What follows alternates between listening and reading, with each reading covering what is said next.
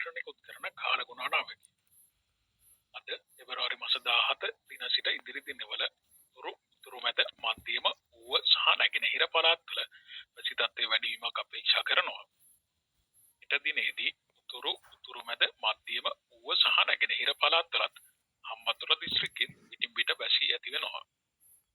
නැගෙනහිර ඌව සහ උතුරු මැද පළාත්වලත් මාතලේ සහ නෝරෙලි දිස්ත්‍රික්කවලත් ඇතැම් ස්ථානවලට මිලිමීටර 100ක පමණ තද වැසි ඇති විය හැකියි. දිවෙන අනෙකුත් ප්‍රදේශවල පස්වරු එකෙන් පමණ පසු තැනින් තැන වැසි හෝ ගිගුරුම් සහිත වැසි ඇති විය හැකියි. මධ්‍යම සහ සබරගමුව පළාත්වලත් දාල්ල සහ මාතර දිස්ත්‍රික්කවලත් ඇතැම් ස්ථානවල අලුයම් කාලයේදී මීදුම් සහිත තත්ත්ව අපේක්ෂා කරන්න පුළුවන්.